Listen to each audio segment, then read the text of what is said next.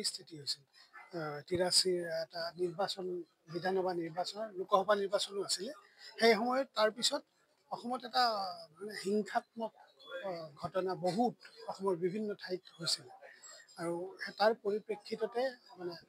নেলিত যিটো ঘটনা ঘটিছিল ১৮ ফেব্ৰুৱাৰী 1983 নেলিত এটা নৰসংহাৰ হৈছিল আৰু তাৰ পিছতেই অসম চৰকাৰে ত্ৰিভুৱন প্ৰসাদ তেওৱাৰী বুলি এগৰাকী আমোলা তেখেত অসমত কাম কৰা নাছিলে তেখেতক এই গোটেই ঘটনাটোৰ এটা ঘটনাসমূহৰ গোটেই এটা তদন্ত আৰু এই ঘটনাবোৰৰ কাৰণ এইবোৰ মানে পৰীক্ষা কৰিবলৈ দায়িত্ব দিয়া হৈছিল যাক আমি বিখ্যাত তেওৱাৰী কমিশ্যন বুলি কওঁ এতিয়া সেই তেওৱাৰী কমিশ্যনৰ 87তে তেওঁলোকে হেৰি হৈছিল 86ত খুব সম্ভৱ তেওঁলোকে ছাবমিট কৰিছিল আৰু 87ত সেই সময়ত চৰকাৰে বোধহয় বস্তুটো কিছু পৰিমাণে ৰাজহুৱা কৰিছিল কিন্তু সকলোৰে হাতত সেইটো পৰা নাছিল বুলি কোৱা হয় তাৰ পৰিপ্ৰেক্ষিতত অসম চৰকাৰে এবাৰ তেওৱাৰী কমিশ্যনৰ যিটো প্ৰতিবেদন সেই প্ৰতিবেদনখন অসম বিধানসভাত দাখিল কৰাৰ আলোচনাৰ কাৰণে আছে এই গোটেই বিষয়টো কিন্তু আমি ক্ৰছ কাৰেণ্টে কেইবাদিনৰ আগতেই বা কেইবামাহো আগতে আমি RTI যোগেদি এই গোটেই ৰিপৰ্টটো আমি সংগ্ৰহ কৰিছিলোঁ এতিয়া যিহেতু তেওৱাৰী কমিশ্যনৰ চৰ্চা চলিছে গতিকে এই তেওৱাৰী কমিশ্যনক কেন্দ্ৰ কৰি যিখিনি চৰ্চা হৈছে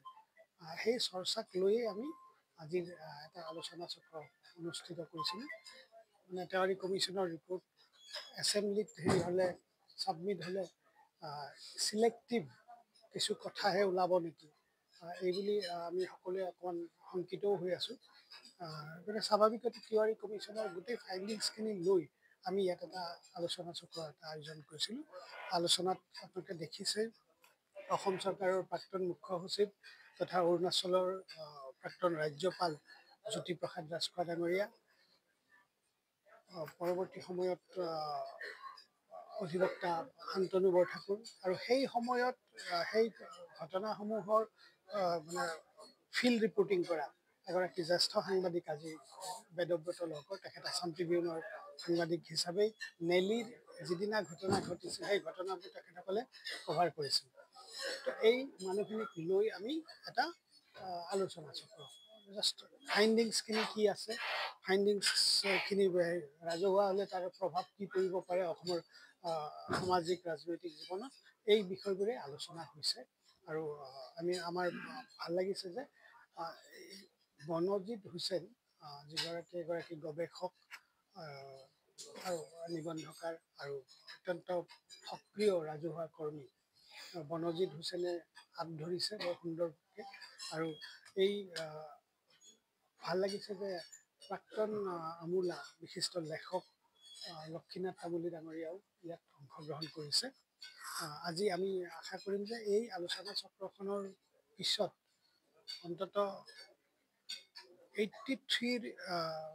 যি আন্দোলন বা আন্দোলনৰ পৰিপ্ৰেক্ষিতত যি পৰিস্থিতিৰ সৃষ্টি হৈছিল সেইলৈ এতিয়াও বহুত ভুল বুজাবুজি হৈ আছে আশা কৰোঁ এই আলোচনা চক্ৰই এই ভুল বুজাবুজি আঁতৰোৱাৰ ক্ষেত্ৰত এক ইতিবাচক পদক্ষেপ গ্ৰহণত সহায়ক হ'ব।